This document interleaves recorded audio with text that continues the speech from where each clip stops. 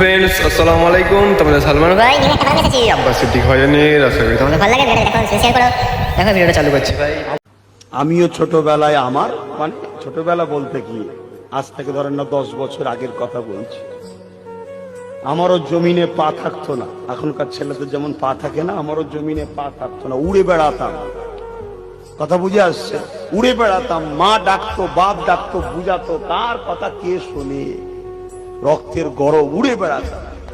লাস্টে একদিন bike accident করলাম, শুনছেন? বাইক খালের ওপর দিয়ে বাঁশ দিয়ে আছে, বাঁশের ওপর দিয়ে বাইক পার্ক করে দিয়েছি। এরকম ডেঞ্জারাস মোটরসাইকেল চালাতাম।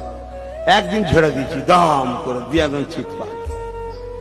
1 ঘন্টা পরে হুঁশ ফিরেছে, কি খবর না হসপিটালে, তবে আবার অজ্ঞান হয়ে গেছে। 2 দিন পরে 1 সিরিঞ্চি শুধু বসা রক্ত বেরিয়েছে। বাঁচাবার মালিককে আল্লাহ বাঁচিয়ে রেখেছে, এখন রয়েছে আপনাদের সামনে। সেই দিন থেকে আমার মধ্যে চেতনা ঢুকলো, যদি ওটা অজ্ঞান না হয়ে মৃত্যু হতো তো আমার মালিককে যে জবাবটা কি দিতাম? তোকে আমি পাঠিয়েছি কি করতে, তুই করছিস কি?